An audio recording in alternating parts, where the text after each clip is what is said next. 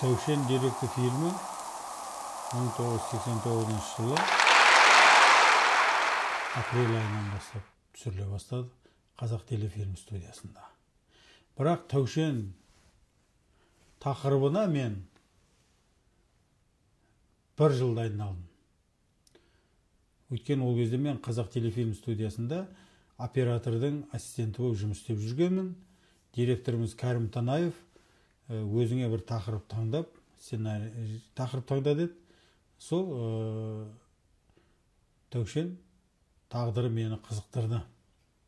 Сонымен кейіпкеріме танысуға үйіне бардым. Үстемнен түсіп, Қызардан ары өтіне өтіп, Тәушен ауылына атын еді.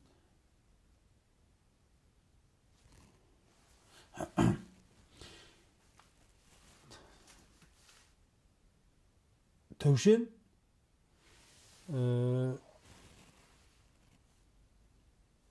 ол кезде қазақ телевизиясында айтыс, тамаша өте танымал, популярный болып тұрған кез. Тәушен міне сол айтыстарда бүкіл айтысқа шыққан шалдардың бәрін қирата жеңіп, қыран топан күлкіге батырып, тыңдармандардың бәрін сөйтіп жаңағы мынау көгілдір экранда кәдімгі жұлдыз болып жүрген кезі болатын. Бірақ Тәушен 50-ден асқаннан кейін сахнаға шықты. Оған дейінгі Тәушеннің тағдыры мүлдем құпияға толы болатын. Міне осы құпиялар мені қызықтырды. Енді қарап отырсаңыздар, Тәушен фильмі несімен қазақ кино экранында, қазақ кино документалистикасында несімен келді деп сұраққа, оның автор ретінде, режиссер ретінде мен былай деп жауап беремін. Ол кез совет заманында қойшыны түсірсе де галстук таққызып қоятын, сондай заман болатын. Бәр нәрсені әдемі қылып, сурет қылып көрсететін. Открытка дейміз ғой, бәрі әдемі. Міне сондай кейіпкерлердің образын сомдаған кезде бәрі жылтыраған, жан-жағын бәрі әдемі, жаңағы коммунизмді орнатып жатқан коммунизм құрылысшыларының тағдыры деп көрсетіледі ғой. Ал Тәушен мүлдем бұған кереме қарсы, бұған қарама қарсы сомдалған образ болып шықты. Міне сондықтан оны көрген халық екіге бөлініп айтысқа түсіп кетті. Жартысы бұл киноны көрсетуге болмайды, үстімнен арыз да жазып, сотқа береміз деп шықты. Жартысы осындай кино керек қазаққа деп шықты. Және осы жалғыз менің осы бір кином, 89 жыл түсірген кином, Мәскеуде орталық ЦТ дейміз ғой, центральный телевидениеде. Сол өзім көрген 3 рет көрсетілді. Мен көрмеген кезде неше көрсетілген білмеймін. Сонда осы фильмді Қазақстанға келген Польша журналистері көріп отырып, фильм біткен кезде сол біреуінің айтқан есімде.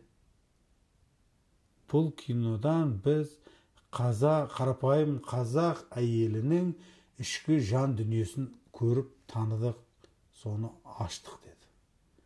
Міне, менің мақсатым да осы әйел тағдырын ашу болатын. Сол-солда жұмыс істедім.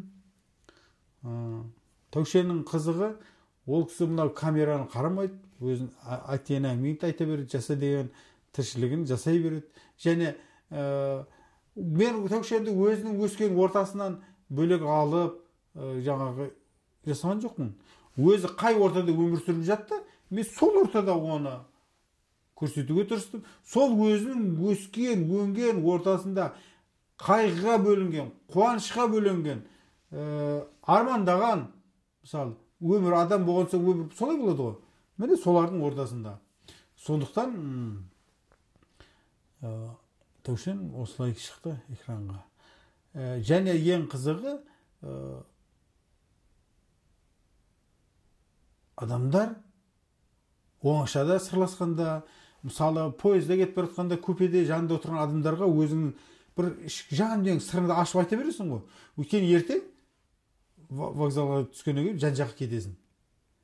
Ал адам негізі мына ішкі жан дүниесін жанында жүрген, күнде көріп жүрген адамға аша беруге қорқасың. Енді бір достар біреулерге болар, жақын достарыңа. Бұлайша жұртқа ашпайсың ғой. Ал танымайтын жұртқа ешкімге айтылмаған сырларыңды айтасың. Ешкімге айтылмайтын сырларыңды айтасың. Және осы айтылған сырларынан ертең біреулердің тағдырына өзіме бір қауіп төнеді-ау деп ойламайсың.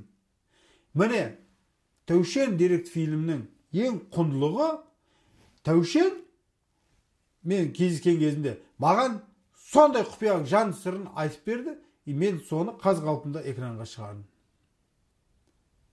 Сондықтан да бұл кино ерекше құбылыс ретінде қабылданды. Және мынау қазақ телевидениесіне келген жас мамандардың барлығына жұмысқа кірісер алдында менің осы киноларымды қолдарына ұстатады екен. Үлкен бабинада болатын. Қарасам, әркім ұстап жүреді. Не үшін жүрсем, сіздің киноңызды біз көріп, соған қарап анализ жасаймыз, соған қарап жұмыс жасап көрсетеміз. Сол сіздің киноңызды үйреніп болғаннан кейін біздің өзімізге жаңағы хабарлар түсіруге, басқа жұмыстар жасауымызға мүмкіндік береді дейді.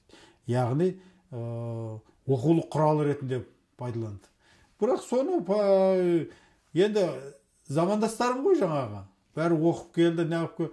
Өзім жанында жүрген өзіммен айтады ғой. Сенің киноңнан өстік дейді біз. Мұғалімдеріміз де осы киноларын көрсететін дейді, осыны талқылайтынбыз дейді.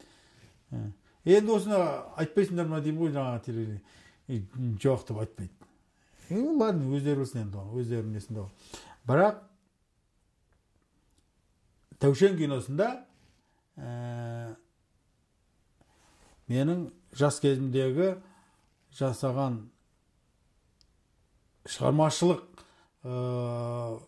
өмірімнің, тағдырымның ең алғашқы туындысы болғандықтан үлкен экрандағы мен бүкіл бар өзімнің суреткерлік мүмкіндіктерімнің бәрін сол фильмге жаңағы жұмылдырдым.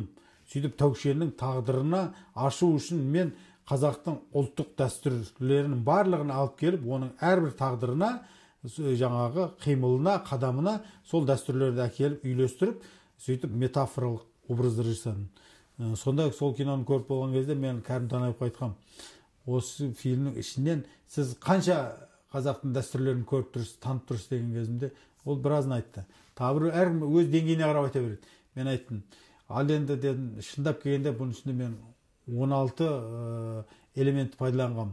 Шамаларың келсе, кроссворд сияқты ғой, шешім тауып іздеңдер дедім.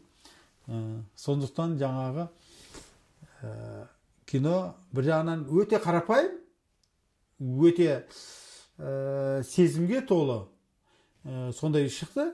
Екінші жағынан бұл фильмнің жаңа құрылымдық жағы, жаңа сол жағы өте күрделі. Қазақфильм, Шәкен Айманов атындағы Қазақфильм киностудиясында мынау Болат Мүрсәлім, Болат Жетекбай, Қасым Аманжолов, кәдімгі әйгілі журналист, шыңның жүзіндегі түсірген. Сондай сияқты көптеген бір жастар, Данияр Саламат, осындай жастар әңгімелесіп отырған болатын редакторлардың бөлмесінде. Мен үстеріне кірдім.